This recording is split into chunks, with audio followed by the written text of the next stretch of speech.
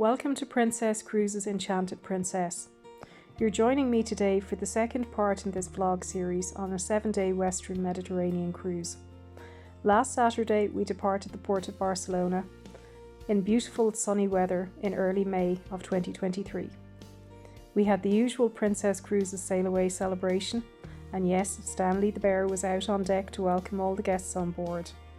The next day was a sea day, so nice relaxing time in the early summer sunshine. We had the first of 2 formal nights on board, and that included the captain's welcome and the champagne waterfall. And then after that, the following day was our first port in Gibraltar. Now there we encountered the thieving apes. Check out episode 1 if you want to find out more about that. And also got to visit the most famous site in Gibraltar, the Rock, which on a clear day you can see 3 countries and 2 continents.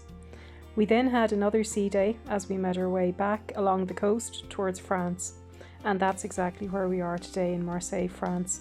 Now in this episode I'm going to talk you through the various different ports for the remainder of this trip. So that it is Marseille in France and it is Genoa and Livorno in Italy. I'll share with you how I spent my days in the 3 ports. Spoiler alert, they are DIY shore excursions, so stay tuned for that. And towards the end of the vlog I will also set out just a few practical things to consider if you're perhaps taking a cruise like this, and also just a little bit around the cost for a solo traveller in a balcony cabin. What you're seeing on screen there, if you want to pause the video, is the Princess event listings for the day. That's provided daily. It used to be called the Princess Patter, and that gives you an idea of what's going on despite the fact that the ship is in port.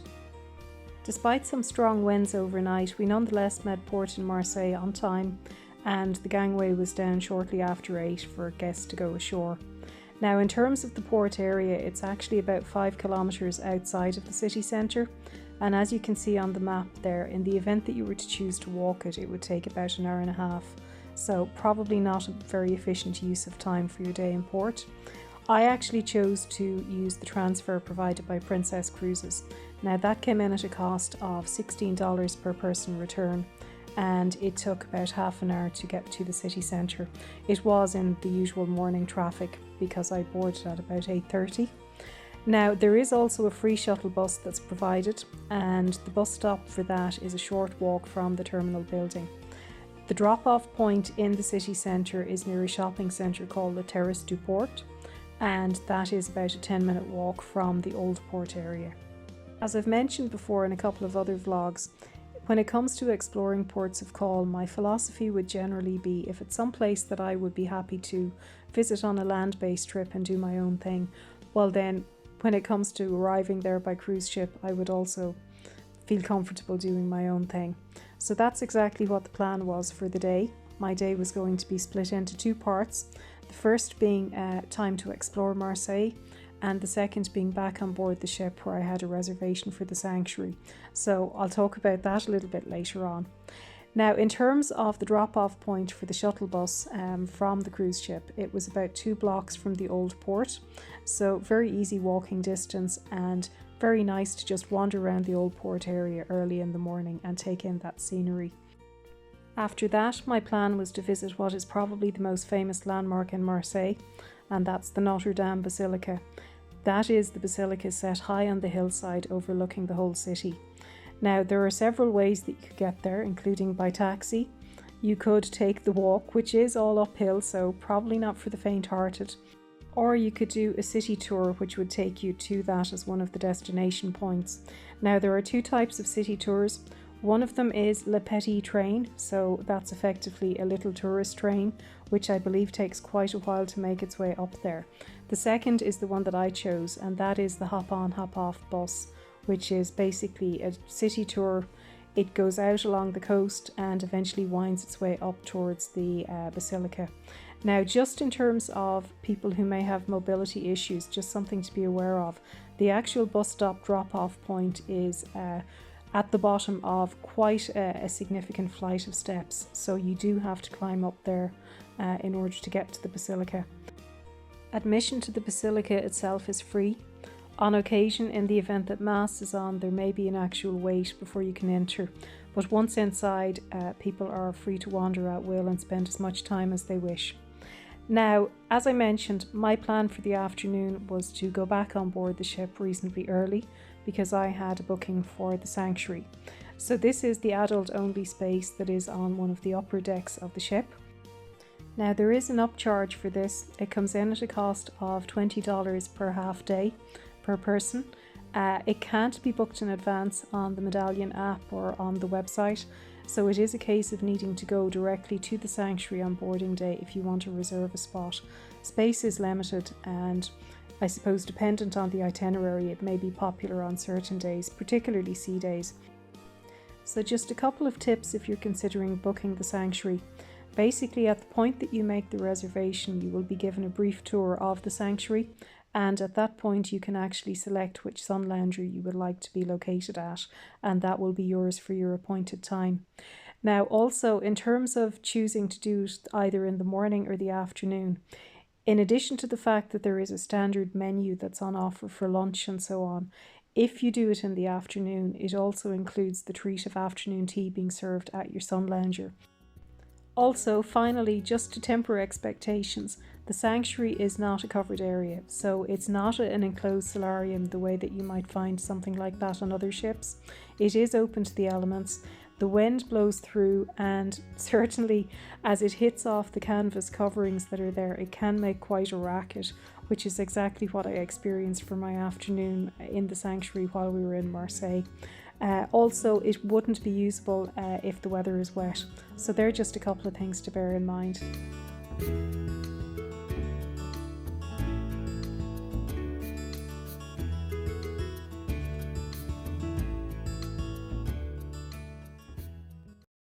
After watching sail away from my balcony, I headed to the main dining room for dinner. I'm happy to report that this time it was far better than earlier experiences on this cruise. Service was much quicker. It took about an hour, which was quite reasonable. After that, it was a case of heading to the main theatre, where the main show of the evening was a comedian. And on that front as well, I'm also happy to report that, unlike the comedian I mentioned in the first episode, this person was so much funnier, so all good for the evening. On day 6 we arrived in Genoa, our first Italian port of call. Now this is in the Liguria region in northwest Italy, and it's a large maritime port, and it's also a really good jumping off point for a variety of excursions. So options would include potentially taking a day trip to Milan, exploring the 5 villages that make up the Cinque Terre World Heritage Site, or doing like I did and taking a day trip to Portofino. We were in port for almost 12 hours, so there was plenty of opportunity to do that.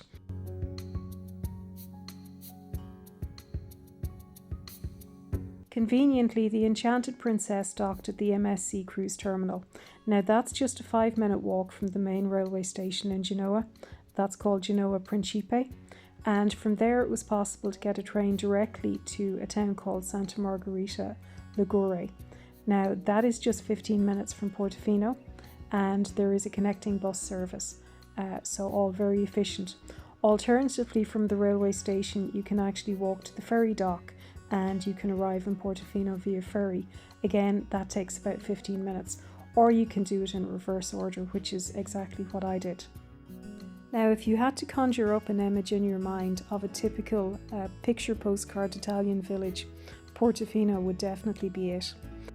Portofino started off life as a fishing village, but over the centuries its very picturesque location arranged around that crescent-shaped harbour has turned it into being a popular tourism hotspot, and it's certainly on the more expensive side as well.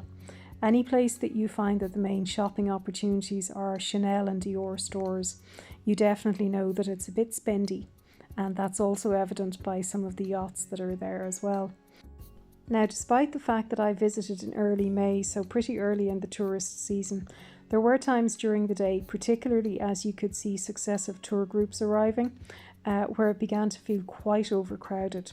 Now, that also had the consequence of meaning that restaurants and cafes were incredibly busy. Now, on the subject of restaurants and cafes, it's probably relevant, particularly from a solo traveller's perspective, just to maybe mention the experience I had.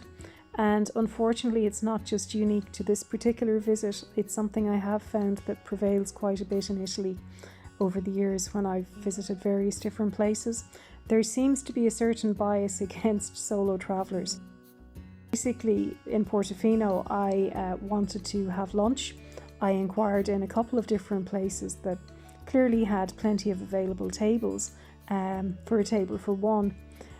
As soon as I said it was a table for one, I was immediately told that no, tables were for two. So I began to feel a little bit like a second-class citizen. And I've had that experience before where I've actually paid for a double hotel room, and because I'm one person, I have been allocated a single hotel room, much to my annoyance and much to my protests, but that's a whole other story.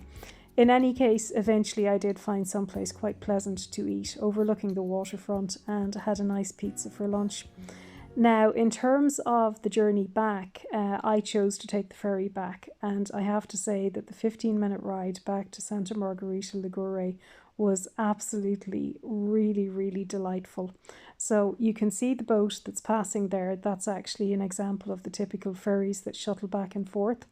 It was just a really enjoyable boat ride and gave such a lovely view of all of the coastline.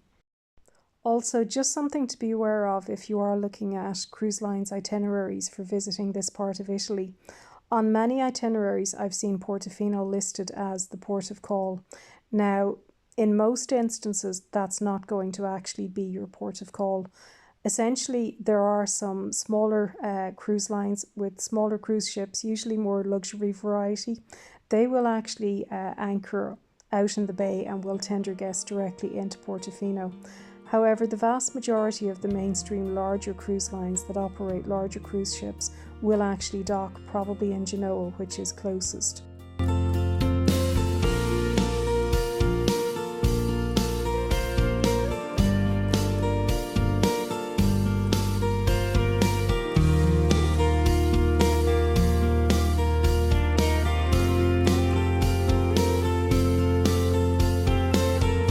So from the point of getting off the ferry to getting back onto the cruise ship, it took just about an hour. The train service is very quick, very efficient and direct back into Genoa Principe, and from there it was just the 5-minute walk back onto the ship. Now, because it was a nice evening, I decided it would be nice to order room service and have that on my balcony. So that meant trying out the Ocean Now delivery service using the Medallion app.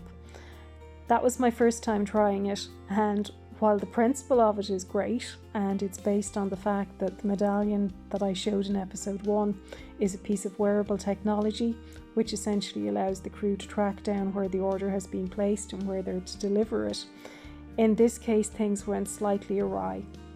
Half an hour after placing the order, it actually showed on my app that it had been delivered. Unfortunately, I hadn't seen any sight of it at that stage. So after a couple of phone calls to room service and finally an hour and a half after placing the order, it eventually arrived. So while the principle of it is good, the execution of it not so much in this instance. Day 7 of the cruise brings us to our final port of call in Livorno. So Livorno is situated on the west coast of Tuscany in the north of Italy, and it's a port city probably best known for its proximity to Pisa and Florence.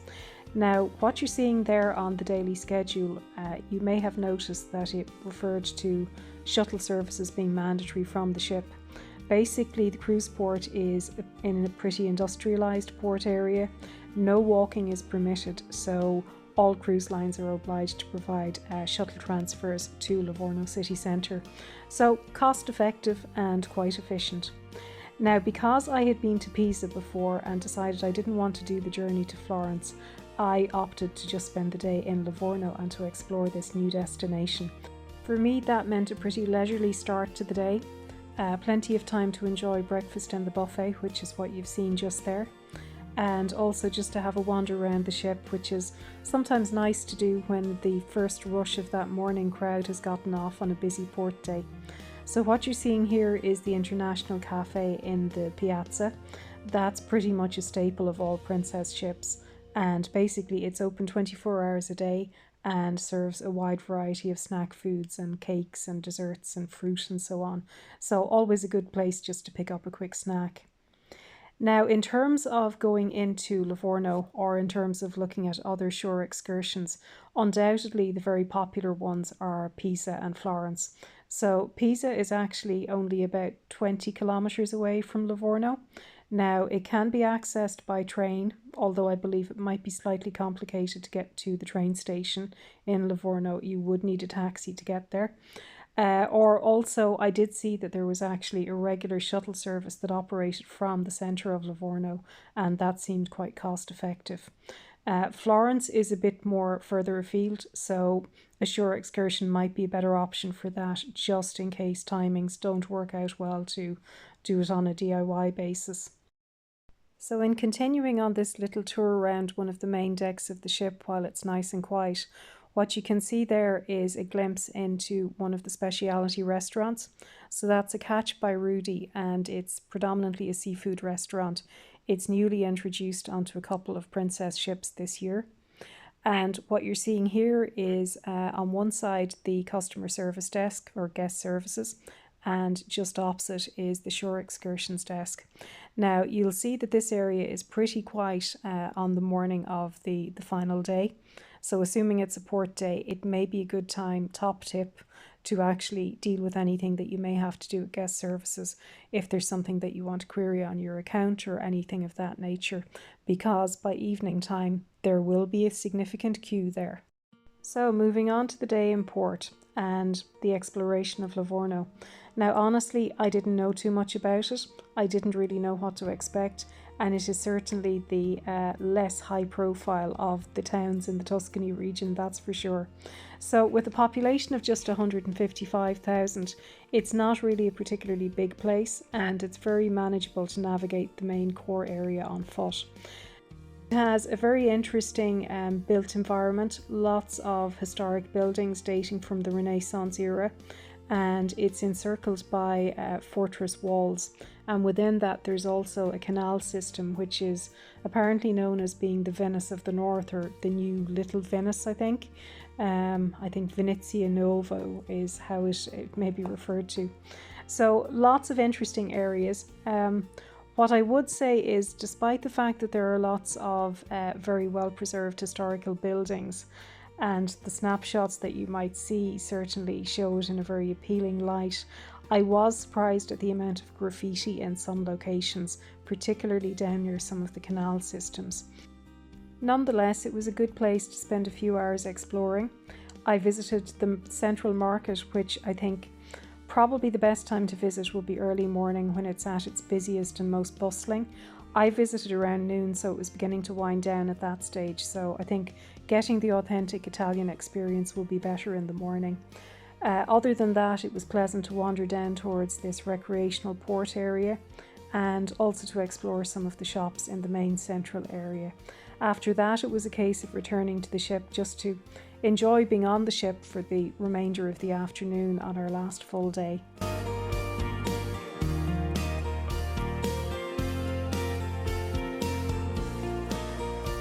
As this was the final night on the 7-day cruise, it meant that a lot of the evening entertainment was all about being a farewell celebration. So what you're seeing here is actually a parade of kitchen staff and wait staff in the main piazza. You'll have to just imagine the music. I don't want to get a copyright strike, but basically it was Katrina and the Waves walking on sunshine. So always a good atmosphere created by music like that. So basically the staff come out, guests just show their appreciation, and there's a bit of a shout out for the countries, the various different countries that people originate from. So it's a nice idea, albeit that they must get a little bit tired if they have to do this every 7 days. Now, a little stat for the ladies. We go through about 7,000 bottles of wine. There you go. There you are, 7,000. You can never go dry on the Enchanted Princess. More importantly, we go through about 600,000 eggs a day, and that's a lot of eggs for the one chicken we have on board. So there you go. Very exciting. Now, I do want to highlight our lovely faces that you see before you. So Team, let's make some noise if you are from Indonesia. There we go. Okay, and make some noise if you're from South America. Where are you? There we are. How about the Philippines? Alright, how about my friends from India? Where are you? Alright, any parts of Africa out there? Any parts? 1, 2, here we go, just a two. Now, as a special treat, we've just been joined, and I know most of us on board are from the United States of America, so let's give our one gentleman a round of applause for being from the United States of America.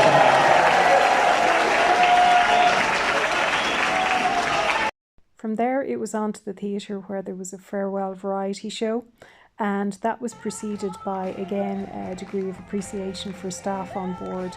So that involved the senior officers from the various different departments being brought on stage, representing their particular department. Ladies and gentlemen, give him a cheer! The officers of the Enchanted Princess!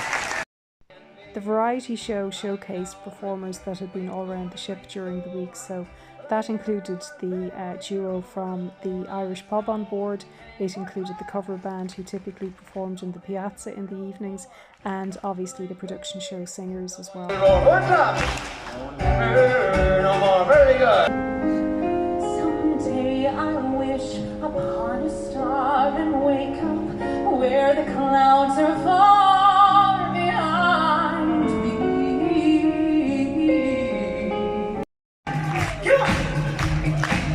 When you look at me, I can understand. I know that I'm alive. And that pretty much brought the evening to a conclusion. After that, it only remained the dreaded packing of the suitcases, but more on disembarkation just before I finish off in this vlog. Now, as I leave you to watch some of the footage of some of the main decks of the Enchanted Princess, I thought it might be useful to run through a few practical points.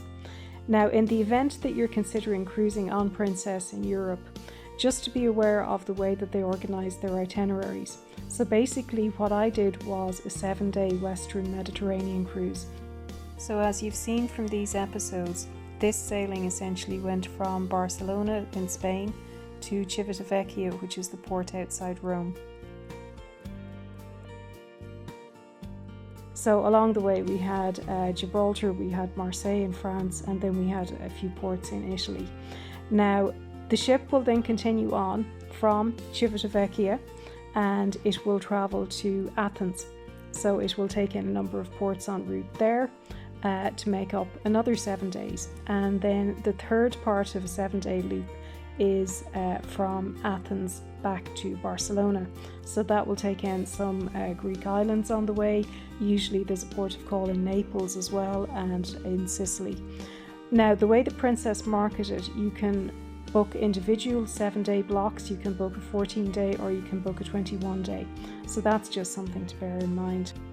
Something else to be aware of in terms of Princess Cruises marketing is that it's basically known as being the love boat. Now that really has nothing to do with it being set up for a romantic holiday, so it shouldn't be at all off-putting, particularly for solo travellers. Basically it's just to do with the fact that the Love Boat American TV show, which was I think in the 1960s or 1970s, was actually filmed on board a princess ship, so that kind of popularised the whole thing, and that relationship has continued through the years in terms of promotional material. But I can absolutely say there is a place for solo cruisers on this. It is not filled with romanticism and love themes, so no worries on that front. At various stages over the past episode and this episode, you will have heard me mention the medallion, which is the wearable piece of technology that effectively replaces your room keycard that you would find on traditional ships. Now this was my first experience using the medallion. My previous cruises on Princess, it wasn't something that had been introduced at that stage. So while I think there are quite a lot of benefits, I mean the whole thing about it being able to effectively sense when you're approaching your room and unlock the door. That's definitely good if you're laden down with things in your hands.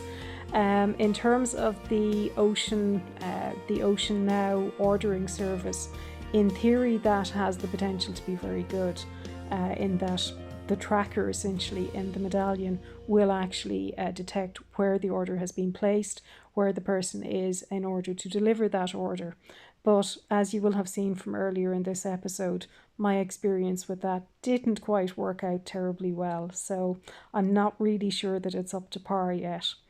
But nonetheless, it is an overall good concept, and it's probably something that other cruise lines are likely to roll out. Now, in conjunction with that, there is the Medallion app, and basically you will do the majority of your check-in in advance on the app.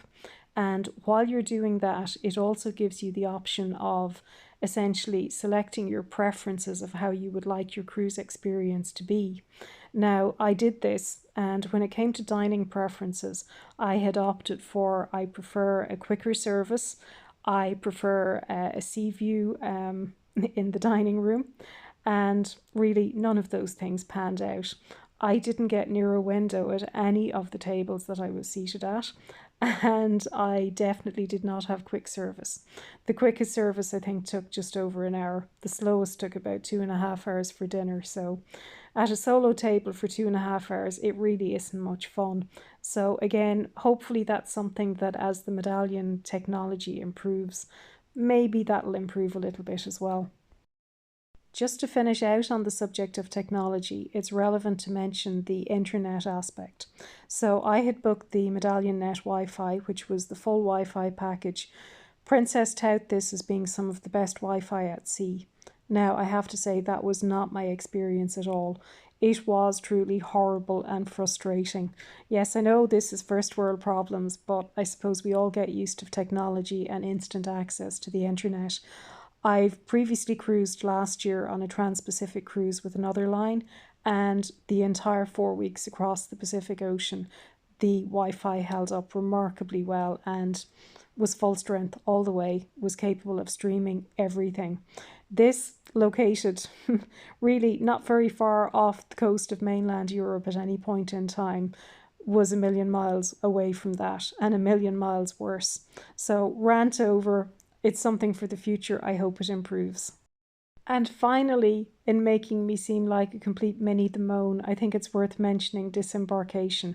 Now, personally, I always opt to do self-disembarkation. So for those who may not be familiar, when you're disembarking a cruise ship, you have the option of assisted disembarkation, whereby you get luggage tags in advance, you put your luggage outside your stateroom the night before you disembark, and that is then taken off by the crew and you retrieve it in the terminal once you get off the ship the next morning. Or you can do self-disembarkation, where your luggage remains with you and you are responsible for taking it off the ship yourself. So that's what I do. That's what I did in this instance, as I had a reasonably early flight home, so I needed a quick transfer to the airport. So generally what happens by about midweek on a, say for example, 7-day cruise, you will get paperwork in your stateroom asking you to identify what type of disembarkation you process you want, and if you're doing assisted disembarkation, what your preferred disembarkation time is. Now, I tick the box for self-disembarkation. Typically, when I have cruised on other lines and indeed on Princess in the past, I have then got information which basically gives me an insight into the self-disembarkation procedure, at least what time it might be expected to start, where the gangway is likely to be, that kind of thing. In this case, once I had ticked the box saying self-disembarkation, that was the end of communications.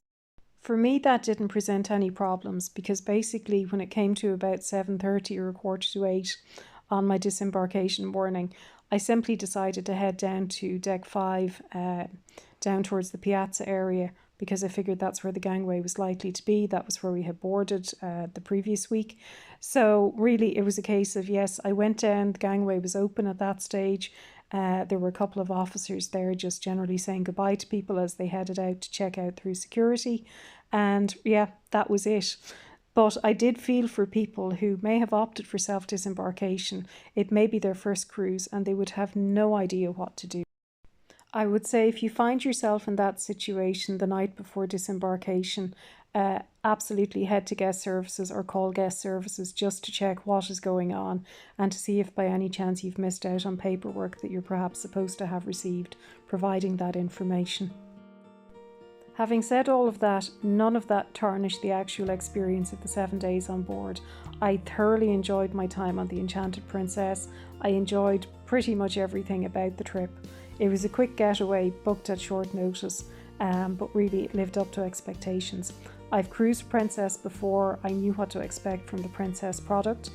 It's a good product aimed at sort of middle of the range cruisers who perhaps don't want to experience the full bells and whistles of a very large scale ship like say Royal Caribbean's Oasis class ships. Personally, I love those. They probably are my favourite, but I do also like Princess for a quieter atmosphere. It's traditional, but it's contemporary at the same time. It has that suitable blend. And finally, just to close out this episode, I said I would run through some of the costs involved. Now, as you'll have seen in this episode and in the previous one, I cruised solo. I had a standard balcony cabin.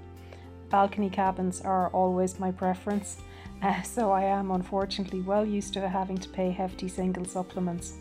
Now, because I booked quite close to the sailing date, at the time Princess had some of their drop and go fares. Now, they are quite random in being offered, so it's not something you can really predict or expect to find in advance.